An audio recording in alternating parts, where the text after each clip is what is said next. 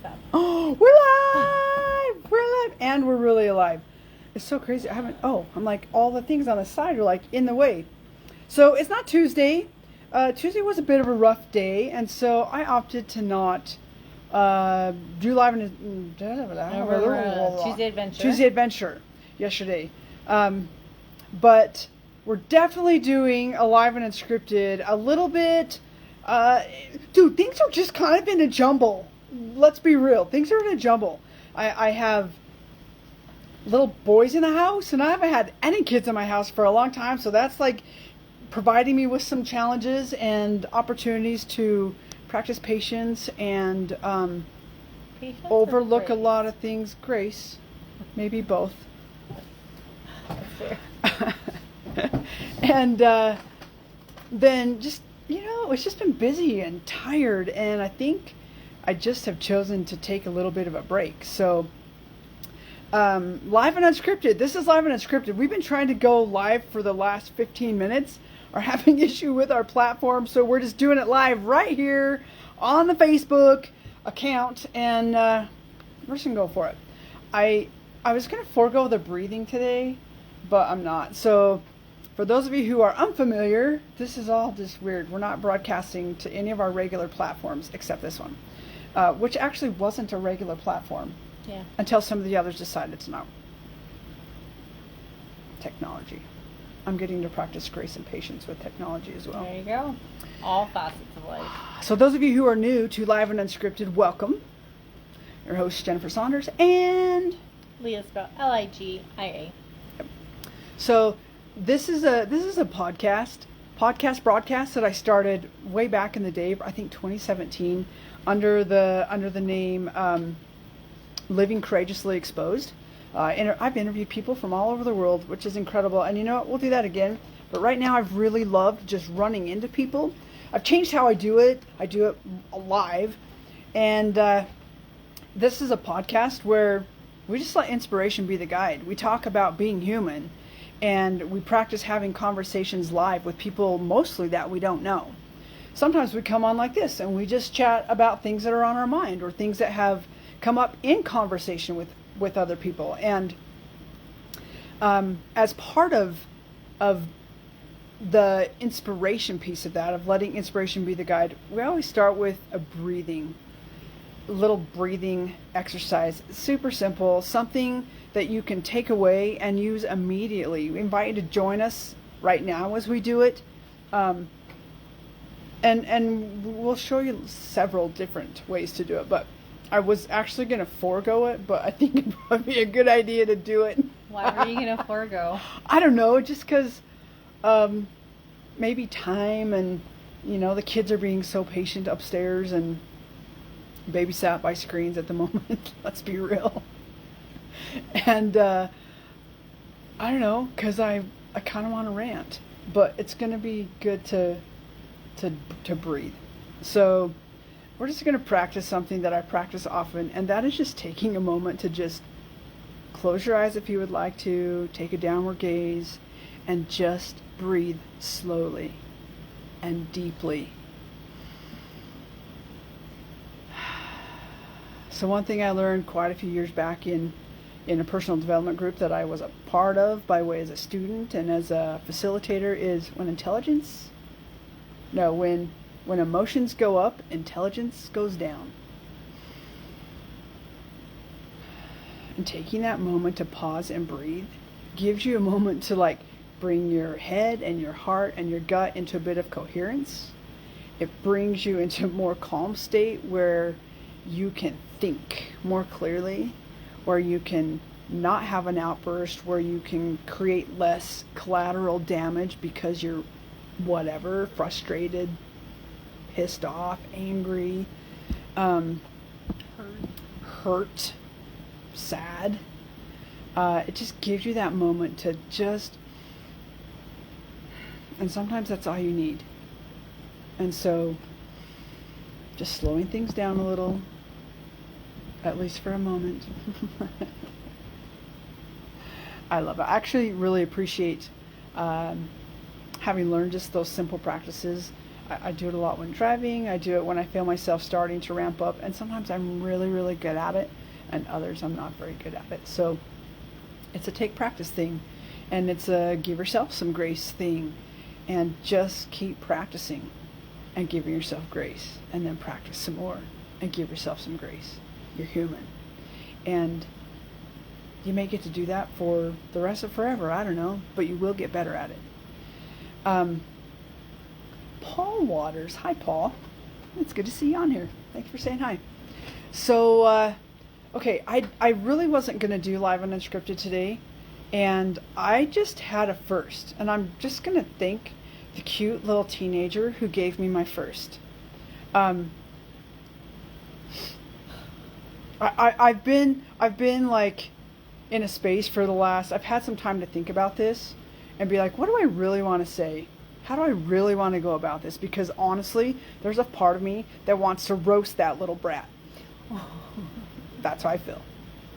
And then there's a part of me that really wants to give grace and be like, silly little teenager. So here's what happened. And honestly, I don't know that I've ever had this happen that I can recall. I think I would have remembered. So I'm in Idaho Falls. And I am minding my own business inside of Chick-fil-A. And we order Super Chicks. Sorry, Chick-fil-A, not you. Super Chicks. And as I come around the corner, I feel eyes on me. And I notice eyes on me. And I sat down and I said to Leah, like, do I have boogers out my nose? Like, is my hair funny? Like, what? Why am I being stared at? And of course she said, it's because you're so cute. Which I just said thank you. And ate my french fries and had conversation with Leah. And minded our own business. All while noticing the stares the entire time we were there. And I think I only noticed the stares once, but it was very like direct and intentional. I was like, oh, that was interesting. Yeah, it was super interesting. And I was like, this is kind of wild. Like, I mean, let's be real. We get stared at. Well, and I think sometimes, you know, when I'm stereotyped. A place like Super Chicks has TVs everywhere, so you know, sometimes we're looking at it in that direction and we think that, but like, and that's what I chalked it up to at first. But then when I noticed it was like a direct pointing, looking right in our way, I was like, oh, that's interesting. Yeah. Yep. Which I didn't really think much of. I was enjoying my rosemary peppered french fries with ranch and a little bit of Nashville hot sauce in it. We were really good at Home Depot, and we earned that little that little treat. We did. We didn't run around in the aisles, and we didn't like run into people and have a tantrum. Oh, that's not true. You did run into the man with the. Oh, I poked him with my. She poked him with the PVC pipe. Oops. Anyway, so said teenagers get up to leave. Two go one way, and one comes our direction. The one who gave me such beautiful stares. And walked right up to the table and started talking, and right in my face said to me, being gay is wrong! And then stormed out. And I looked at her and I said, what makes you think I'm gay? Like, she pegged me before I even sat down. Like, it was... I was like, did that just really happen? Did that just really happen? Like she was legit in your face. Completely unprovoked in my face. And it gets better. Like, I just looked at her like, what? I was laughing, actually. Like, did that just really happen? But then they waited. And when we came out of the restaurant, they barked at us. They or she? She. Because I think just she. Yeah. There were 3 of them. In their lovely flannel pajamas and lots of pierced body parts. Like, let's talk about judgment. I could judge lots of stuff. But I didn't. I let them be them. I ate my french fries. I just don't understand why the need for that. You know, I've lived a long time. I haven't talked a lot about this.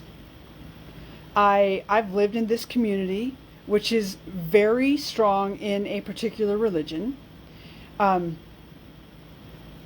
Okay, I grew up LDS. We're going to talk real talk. I grew up LDS. I get it. I lived here my whole life. I realized that I changed some rules for myself. And I chose to live in a way that feels authentic and real for me. Not in your face. I've stayed quiet. I've stayed humble. I've stayed under the radar. And to have that happen today, I've had one experience where someone who I know well sent me a message. And luckily, on the day that she sent it to me, I was in a really good space. Because on other days, those are the kind of messages that cause people to take their lives. And so are those kinds of comments that happen today. And I think I've stayed quiet long enough. I have no desire to be in your face. None. So stay out of mine. I live a good life. I serve, I give, I help other people out. I do my best to be a good human being. And you know what's crazy? I've gone to other places outside of this community, and I'm grateful that I have, because it's given me a broader view of how people actually can behave when things are different, when people choose to live different ways of life. It's not a lifestyle. It's who I am. It's a piece. It's a little piece of who I am. Just like your sexuality is a little piece of who you are. And I've been in places where people celebrate who I am.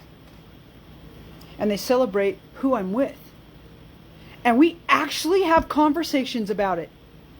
And they ask me about my life. And they ask me about the things that I'm doing. And they could care less about the religion that I practice. Or how I worship my God. And they don't beat me with Jesus. In fact, they celebrate me. And I kind of am at a point where I'm done with it, friends. I'm done being quiet. I'm not going to be in your face. It's not who I am, but I'm not going to put up with it either. Because the reality is, people are dying. Our youth are dying. Because someone comes up and says, being gay is bad. What about the behavior of that lovely teenager? That was okay? That was okay for her to come get in my face and then bark at me? Not okay. Not okay. And if you're a part of that, not okay. If you want to have a conversation, be a decent human being and come have a conversation. Ask questions. Ask questions about my life. Do you know what's been fascinating to me? Is how many people don't ask me questions of any sort because they assume I'm gay or they know. I don't know what you're afraid of. I don't know what you're afraid of. Come and have a conversation. Come actually find out who I am and what I actually stand for. And maybe do that to the other people in your world. And you know what? Don't make assumptions. Just because I have short hair or someone else has short hair doesn't mean they're gay. Because a girl's wearing a tank top, you can do better. And I'm calling you to do better. I won't stand up for this anymore. I won't stay quiet. And I'm letting you know that I won't stay quiet. I'm not going to be a jerk, but I'm not going to stay quiet.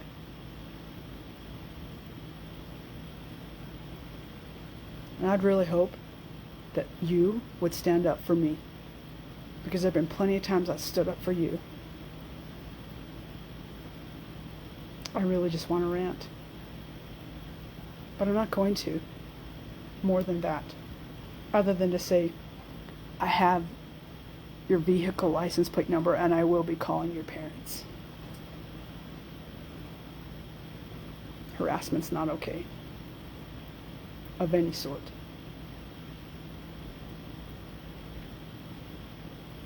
It's not okay. Ever. Let me enjoy my fries. And if you have an issue, come sit down.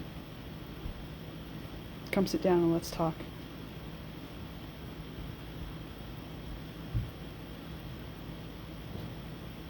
You? What was your experience?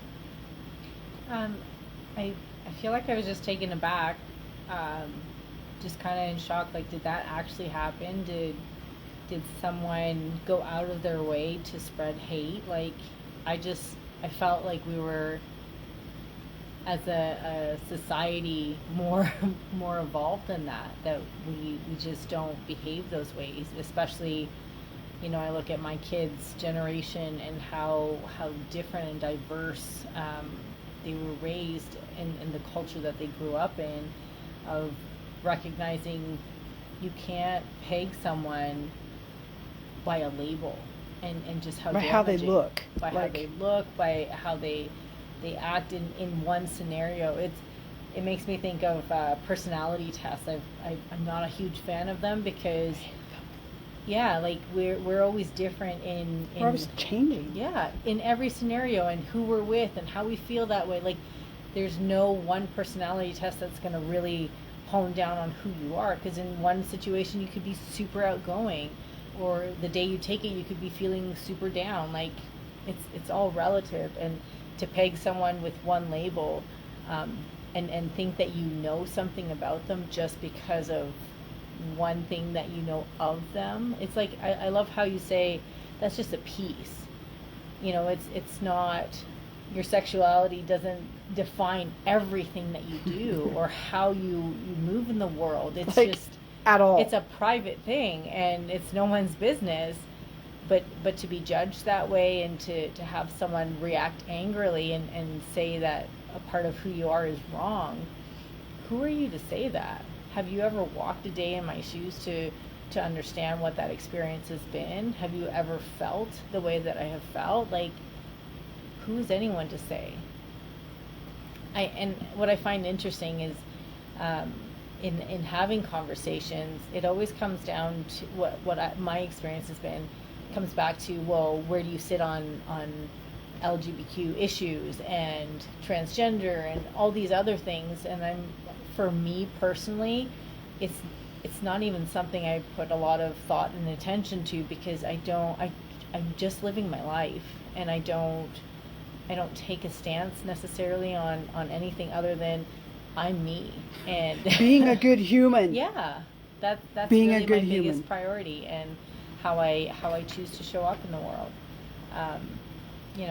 Even if I saw someone acting like we weren't even doing anything. We were eating our French fries.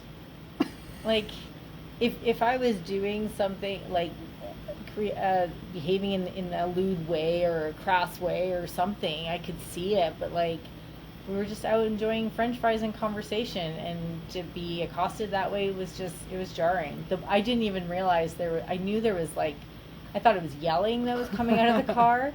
But when you told me barking, I was like, what the? But well, that you went to the car and like, hey, I'm open to conversation. Like, what are you hiding from? You can make those kind of bold statements. Like, stand up to it. Like, stand behind it. Well, it was funny because I don't think she thought I would do anything, and I wasn't going to do anything. But I did walk over, and the window quickly went up, and they're locking the doors, and she's hiding behind a dark window, and I just said, do you feel better? Like, does that make you feel better? Like, you think you've hurt me? Like, grow up. But really, she does need to grow up. So I can cut her some slack that way. I think I was more shocked. I don't feel like it was... I personally didn't feel hurt or No, offended it's incredulous. Yeah. It's incredulous. And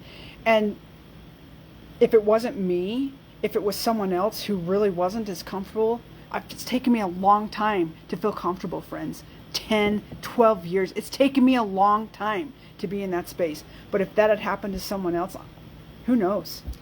Who knows? It's so wild to me how you talk about that, because for me, I grew up very different, and in our family and the culture that I grew up in, it was just open, and love is love. Excuse me. Hold on. No. We're having kid issues when we're working. Anyway, so I took a few moments. I wanted to rant. That's really what I'm going to say is you can do better. You can do better. Teach your people better. Teach them kindness. Teach them love. Teach them to mind their own business. And to the girl, I'm sorry that you're having a bad day. I'm sorry if you've been mistreated. Or maybe it's poking her own feelings that she can't feel she can express. Maybe you have your own feelings of being gay and you're closeted, and I'm sorry for that too. Whatever has caused you to feel like you can act like that, I hope that gets better for you. I hope that gets better for you. So, I don't really have a lot more to say other than we can do better, and we must do better.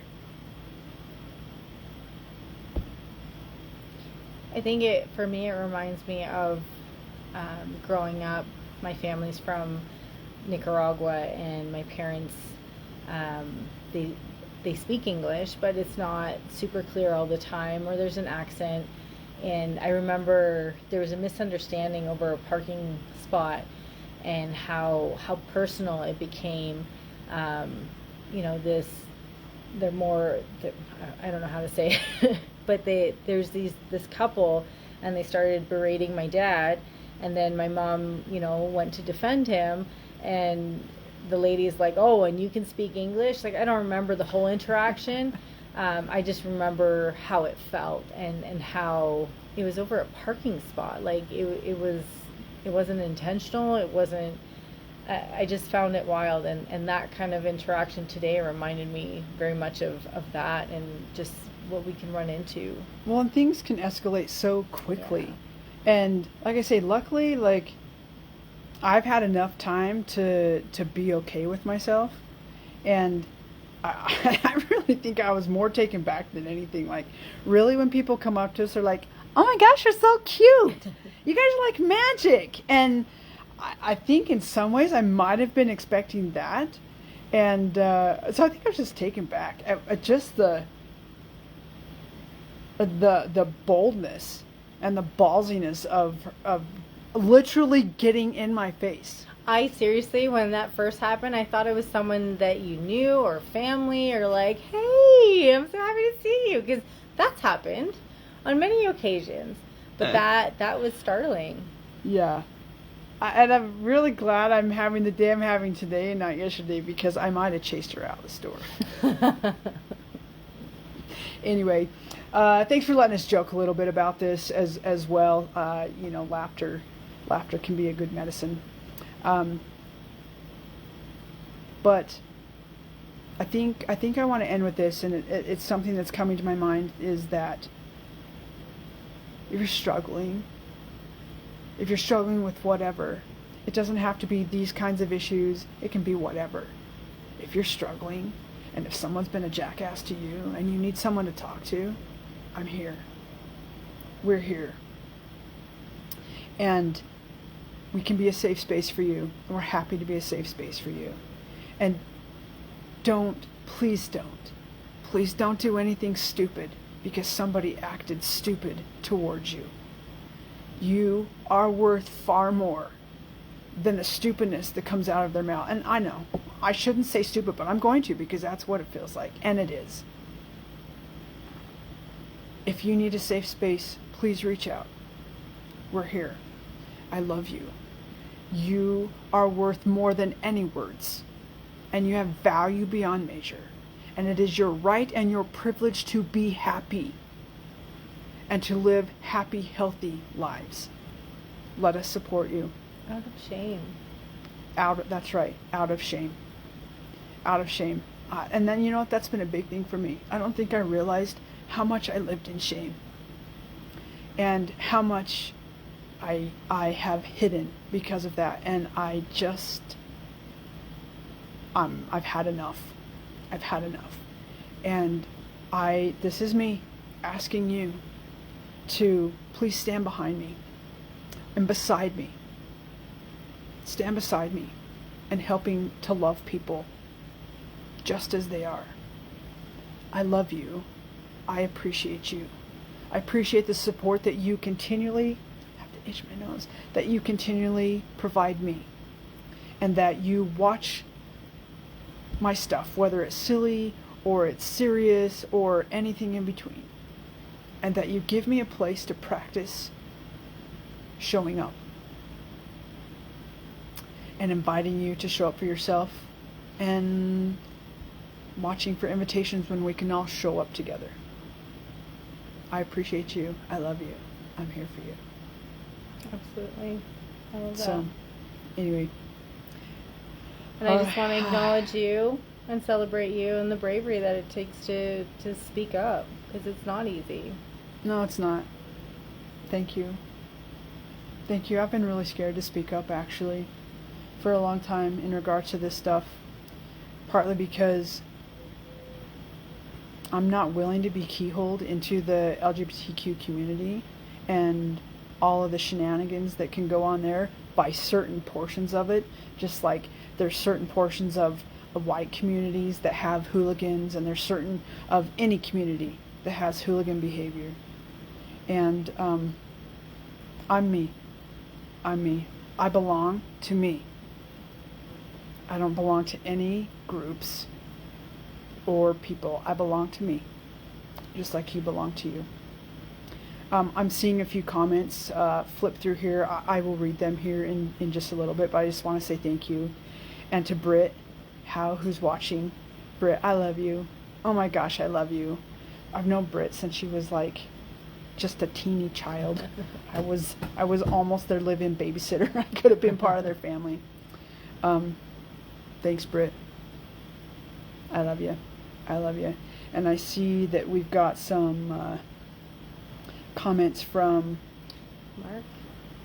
Oh, that's my favorite. I can't remember who. Paul Walters? Paul. Waters. There was someone, oh, now it's gone. Yeah. I think it's Chris. Thank you for your comments. I will go and read them, and thank you for your support. I feel like there's more, but I don't know what it is, so I'm just going to say, peace out!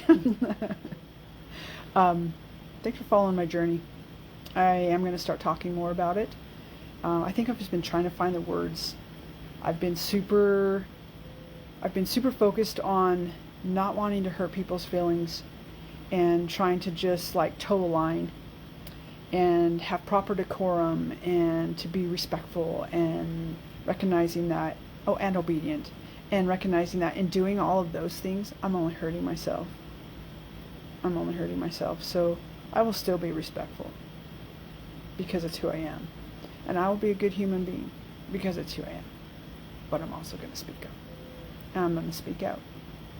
And I just want to bring up, because I love the story of you and Janet, how you guys started chatting.